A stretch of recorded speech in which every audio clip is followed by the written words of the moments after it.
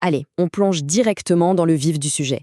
Le décryptage d'aujourd'hui s'intéresse à une histoire vraie. Et franchement, elle est absolument incroyable. On va parler d'un entrepreneur de la tech qui, confronté à l'impensable, a utilisé l'intelligence artificielle pour concevoir, totalement à partir de zéro, un vaccin à ARNM personnalisé contre le cancer. Et attention, ce n'était pas pour un gigantesque essai clinique humain, mais tout simplement pour sauver son propre chien. C'est une plongée vraiment fascinante au croisement de l'amour pour un animal, de la science des données et de ce que sera sans doute la médecine de demain. Alors, plantons un peu les décors. Il est 2 heures du matin, on est à Sydney, en Australie. Paul Cunningham, un data scientist spécialisé dans le machine learning, est complètement épuisé. Il est en train d'éplucher des gigaoctets de données hyper complexes sur son ordinateur. Et juste à côté de lui, il y a Rosie. Rosie, c'est son chien de 7 ans, un adorable croisement entre un Staffy et un Shar-Pei. Malheureusement, Rosie est atteinte d'un cancer des mastocytes en phase terminale. Malgré de lourdes opérations, malgré la chimio, les vétérinaires ont été super clairs. La maladie résiste à tout. Le pronostic est terrible, on ne lui donne plus qu'entre 1 et 6 mois à vivre.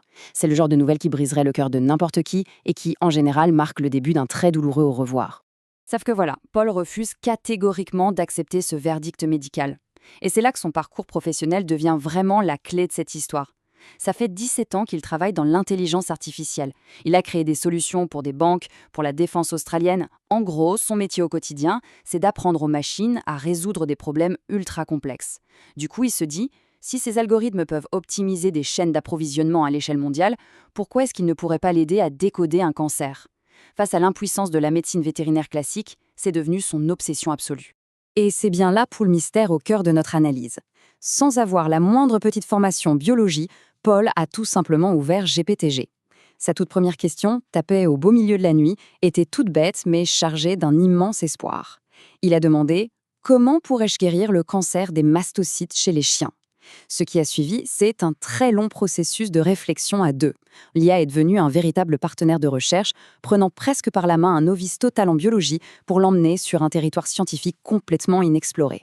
En fait, tout ça illustre à merveille comment la logique implacable d'un data scientist peut s'appliquer à la biologie. Le plan d'attaque qu'il a mis au point avec l'IA comportait 5 étapes bien précises. D'abord, séquencer l'ADN de Rosie. Ensuite, le défi monumental de comparer cet ADN sain avec l'ADN de la tumeur. Troisièmement, plonger la tête la première dans les données pour comprendre l'origine de ces mutations. Quatrièmement, isoler les cibles à attaquer. Et pour finir, concevoir le vaccin. C'est littéralement une feuille de route digne d'une multinationale pharmaceutique, mais élaborée par un seul gars depuis son canapé. Évidemment, pour la toute première étape, il fallait du vrai matériel, pas juste un ordinateur. Paul a donc sorti $3 000 de sa poche pour convaincre le Ramathiotti Center for Genomics, qui est l'un des plus grands centres de recherche en Australie, de séquencer l'ADN de son chien. Une fois cette opération réalisée, le résultat a de quoi donner le vertige. On parle de 350 gigaoctets de code génétique brut. Quand on y pense, le contraste entre cet investissement de quelques milliers de dollars et la montagne d'informations générées est fou. Absolument tout ce qui composait Rosie, en bonne santé comme malade, tenait maintenant sous la forme de milliards de lettres sur un simple disque dur. L'étape d'après, c'était de trouver la fameuse erreur de frappe dans ce livre génétique gigantesque. En utilisant des pipelines de données et ChatGPT pour déchiffrer les résultats, Paul a réussi à isoler une mutation bien spécifique, la protéine c-KIT. En gros, c'est une protéine qui sert de récepteur pour réguler la croissance des cellules. Mais quand elle mute, elle reste coincée sur la position marche, et ça pousse les cellules à se multiplier de manière totalement incontrôlable. C'était ça, la cause exacte du cancer de Rosie. La cible était enfin exposée au grand jour. Et là, l'outil qu'il va utiliser ensuite semble tout droit sorti d'un film de science-fiction, AlphaFold. C'est une IA développée par Google DeepMind, qui a d'ailleurs reçu un prix Nobel récemment. Elle a résolu un casse-tête biologique vieux de 50 ans en réussissant à prédire la structure 3D des protéines. Avant, il fallait des années d'expérience super chères pour faire ça. En donnant ces données à AlphaFold, Paul a pu visualiser en seulement quelques heures la forme 3D exacte de la protéine mutée de Rosie. Il pouvait voir toutes ses failles moléculaires. Bon, avec cette image tridimensionnelle sous les yeux, il fallait maintenant fabriquer une arme sur mesure, un vaccin à ARRM. Pour bien comprendre, faisons le parallèle avec les vaccins contre le Covid-19. Un vaccin standard, ça apprend au système immunitaire à cibler une protéine virale qui vient de l'extérieur. Un vaccin anticancéreux personnalisé, c'est très différent. Il envoie un plan de fabrication, un peu comme si on glissait une photocopie directement à l'usine de nos cellules, pour apprendre au système immunitaire à reconnaître les protéines mutées uniques de la tumeur. C'est ce qu'on appelle les néoantigènes. C'est littéralement un missile à tête chercheuse programmé juste pour trouver et détruire les cellules cancéreuses de Rosie. Mais attention, et c'est un point absolument crucial, l'IA a bien conçu le plan numérique, mais des lignes de code sur un écran, ça ne soigne personne. Il fallait transformer ça en un vrai médicament physique. Et pour y arriver, il a fallu une énorme collaboration dans le monde réel. C'est le UNSW Arena Institute qui a synthétisé le vaccin. Pour obtenir l'accord éthique, il a fallu se farcir 3 mois de bureaucratie et plus de 100 pages de paperasse minutieuse. Et c'est grâce à la Canine Cancer Alliance et à l'Université du Queensland qu'un cadre légal a pu être trouvé pour administrer ce traitement expérimental. Bref, la science faite maison a dû s'associer à la rigueur institutionnelle la plus stricte. La chronologie de tout ça est juste hallucinante. À la fin de l'année 2025, Rosie bougeait à peine, ralentie par des tumeurs grosses comme des balles de tennis. Mi-décembre, on lui administre enfin la toute première injection.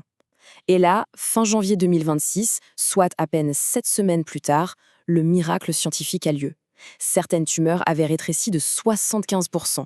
L'amélioration crevait les yeux. Rosie a retrouvé un beau pelage brillant et elle a regagné tellement d'énergie qu'elle s'est remise à sauter par-dessus les barrières.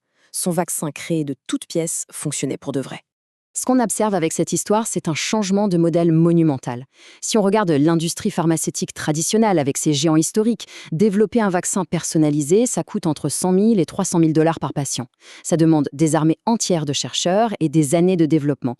Et de l'autre côté, on a l'approche citoyenne, environ 3 000 $ au départ pour le séquençage, une seule personne, armée d'outils d'IA super accessibles et un développement numérique bouclé en seulement quelques semaines. Alors oui, les règles sont très différentes entre la médecine humaine et vétérinaire, mais le gouffre technologique donne vraiment le tournis. D'ailleurs, cette prouesse a complètement scotché la communauté scientifique. Le professeur Pal Thordarson, qui a filé un sacré coup de main pour fabriquer le vaccin, a admis que cette histoire prouvait sans l'ombre d'un doute qu'on pouvait véritablement démocratiser cette technologie. Ça veut dire que des outils d'IA qu'on peut tous utiliser aujourd'hui permettent à des personnes super motivées de franchir des murs de connaissances qui semblaient totalement infranchissables avant. Ça remet complètement en question la façon même dont l'innovation médicale pourrait naître dans les années à venir. Bon, il faut quand même un sérieux rappel à la réalité. C'est hyper facile de s'emballer face à un tel succès, mais comme l'a très bien rappelé le docteur Kate Michie, une biologiste structurale du projet, le cancer reste une maladie extrêmement vicieuse. D'ailleurs, pour être tout à fait transparent, certaines parties de la tumeur de Rosie n'ont pas réagi au premier traitement. Ça montre bien le problème immense des résistances tumorales. Les modèles d'IA ont absolument besoin d'être validés par des expériences rigoureuses. Jouer aux apprentis sorciers avec des remèdes faits maison sans un contrôle scientifique de haut vol, c'est super dangereux. Sans le filet de sécurité et le sérieux des vrais instituts de recherche, ce projet aurait pu virer à la catastrophe. Pour finir ce décryptage, cette histoire laisse vraiment avec une réflexion de fond assez vertigineuse. On assiste en direct à une collision inédite entre la génomique, la puissance inouïe de l'informatique et la détermination d'un individu.